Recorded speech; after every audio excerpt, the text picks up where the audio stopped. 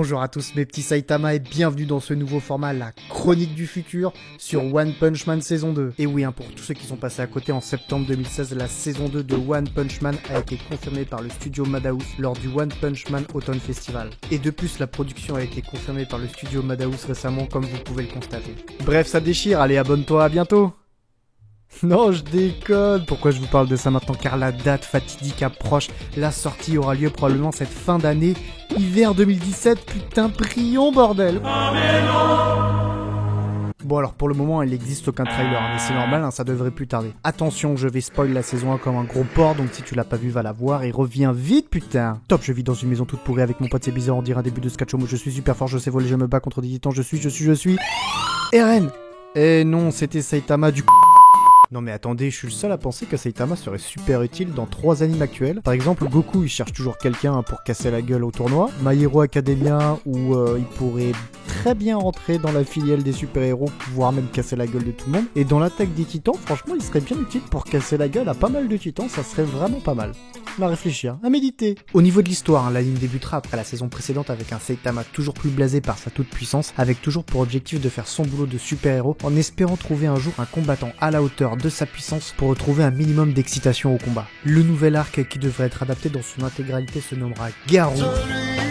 Et je vais vous faire un petit synopsis des familles comme on les aime. Allez, c'est parti. Synopsis. Parce qu'on aime bien les petits synopsis, surtout quand ils viennent du sud. Rappelez-vous, la prophétesse Shibabawa est morte, mais avant de mourir, elle annonça que dans un délai de 6 mois, l'association des héros doit s'attendre à un désastre cataclysmique bien pire que tout ce qu'ils ont vécu jusqu'à maintenant. On peut donc supposer, suite à la fin de l'anime, que l'invasion extraterrestre n'aurait pas été la vraie menace de la prophétie. Mais quelle pourrait être cette soi-disant menace? Du niveau dragon, voire du niveau dieu? On le découvrira donc au moment venu. D'après les informations disponibles sans avoir lu la suite du manga via le One Punch Man Autumn Festival, nous allons découvrir qu'il existe une organisation maléfique alias les super vilains comme dans My Hero Academia, et qu'il y aurait des mecs super balèzes, alors carrément jusqu'au niveau dragon.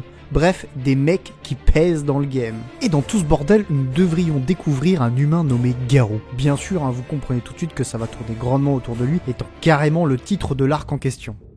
Mais bordel, qui est ce putain de Garou?